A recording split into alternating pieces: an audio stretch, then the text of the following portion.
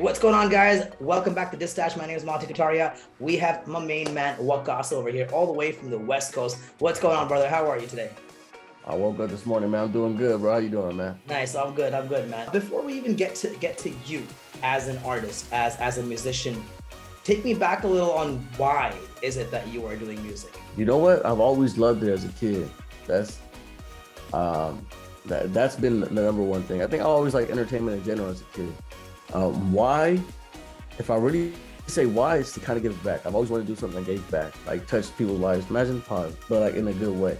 Like I remember when I was a kid, I used to want to be a cop to help people out, or a firefighter, or just something where like I'm impacting the lives of others. So, in a sense, music is what did it for me, right? Sure. You know what I'm saying? Listening to it, so I'm like, you know what? Let me try to do it that way. And now I'm here. Was it always South Asian influences or Punjabi influences in your music, or was it something else growing up, or when you started music? When I started music, it was all English. I'm not even gonna lie to you, because where I grew up, I didn't know any Disney people until I got like 18, 19 years old. Besides my family. So my audience was, you know what I'm saying, basically, like I grew up with Kale, Mexican, you know what I'm saying? So that was my audience. So obviously I had to make music that would cater to my audience in a sense. None of my homies were listening to Punjabi music. They could understand the damn thing. So, you know what I'm saying? Excuse my language, hold up. But, so I had to kind of start off with that. What happened was, I started posting like TikTok remixes, freestyles, Punjabi tracks. And those took off like a little bit. Imagine I'm not super viral, but like they're dope. So then I'm like, cool, like I could do this. And a part of me always wanted me to do it. I wanted to do Punjabi music because my family, right? Like our parents, they understand stuff like ours. You know what I'm saying?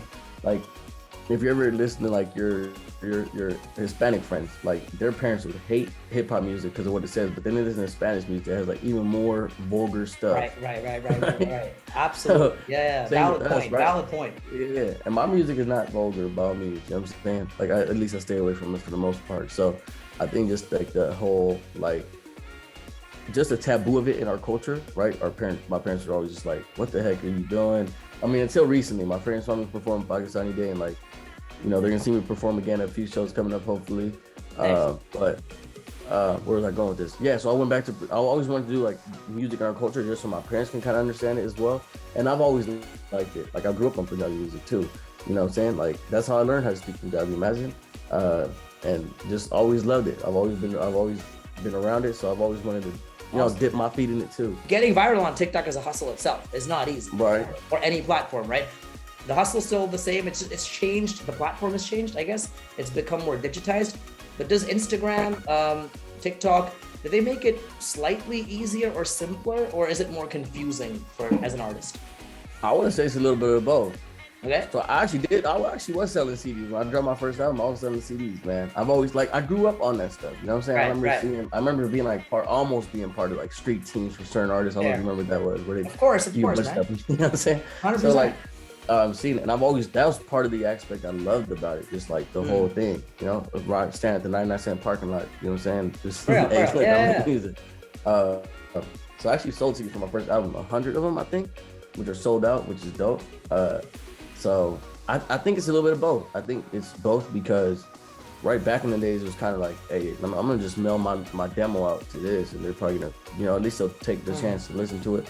Whether you have to mail it out maybe 10, 11, 12, 13, 35 times, you know what I'm saying? Now it's on social media. The problem with social media is if you don't got the algorithm on your side, then it's a wrap. You know what I'm saying? Right.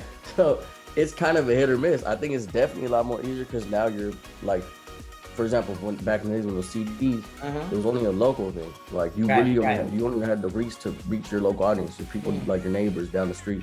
Now it's like you throw something up, and chances are somebody across the globe is looking at your stuff before somebody next door. The whole world is your neighborhood, right? Right, so straight up. So like I think that's one of the aspects that's made it. Like that's one of the beauties of it. But there's a lot of pros and cons for both, in my opinion. Okay. You know? A couple of tracks have been released recently. I mean, not sure if you followed them, but YG was on a track with Gutter Knowledge Law. There was J Balvin had a track with Badshah. Tory Lanez had a track with Diljit. Major individuals, let's say, from the South Asian industry with individuals from the West, right? Is it possible for people, let's say, these are people who let's say live in South Asia, right? Who have that, lack of better word, Bollywood money per se, right? Those are the ones still making that music. When is it a time, and how is it possible for people who are living, let's say, in the US, Canada, UK per se, to make ultimate bangers with major names and labels? Like, what's missing in between? You've worked with a few people like that, right? So what's missing, and how can that happen? It comes down to, well, yeah, the money for sure. You know what I'm saying? I'm actually that's why I let that go before. Right after this. Like, you know what I mean? It really comes down to not just who you know, but who knows you. In a sense, right? It's the connections. Now let's get to the crux of it. Independent Waqqas featuring Happy Sing is out now on all streaming platforms, on YouTube as well. What's up with that collaboration? Talk to me about it, man. Happy's big bro, man. Much love to that dude. So we met, actually. I did, B-Funk do this this little funk fair thing that they put before. So shout out Pop Shift. I got on that thing. Yeah, nice. Met Happy there a few years back. I think it was 2019. It was definitely like right before COVID. But met him there, and you know what I'm saying? At that point, I actually wasn't doing too much young music. I think that's when I was like kind of like, hey, I want to start doing young music. And again, my was like kindergarten level, so kind of tough. But I knew I wanted to track with bro, like for sure. And then like just cool people off the rip, man. You know what I'm saying? Imagine like he was super cool, like we just kind of clicked type shit. So I was like not trying to cuss, but then I talk too fast sometimes. Anyways, yeah. It's all good to cuss, man.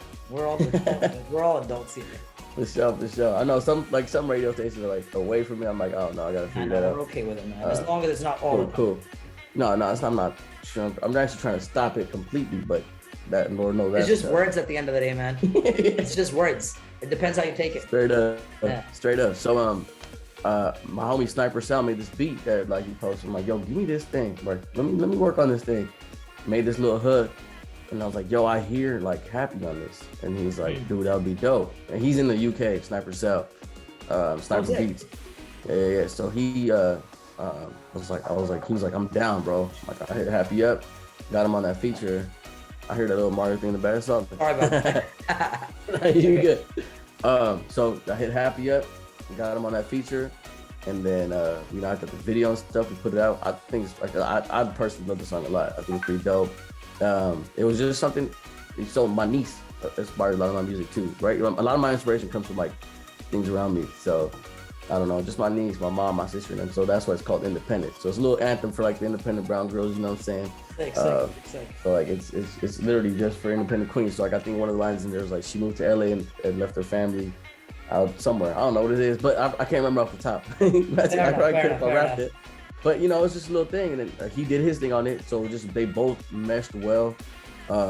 He actually recorded his verse and sent it to me, but what happened was the studio he recorded out is in North Hollywood, which is closer to his area. So he pulled up to the studio too, which was super dope. And then my homie Iris mixed it, and he fucked with it, and I did too. And this is where it's at. You know what I'm saying? We fuck with it too. Waqqas featuring Happy Sing, produced by Sniper Beats. This is Independent. Check it out right about now. I've been trying to get to baby, but it's nothing that works. She got it straight from me and made me feel like Lil Durk. I'm not got her much lonely, she an entrepreneur. Now let go, stay focused, got these, she'll never deter. First generation, and she first born. Baby started waving, now ain't talking surfboard.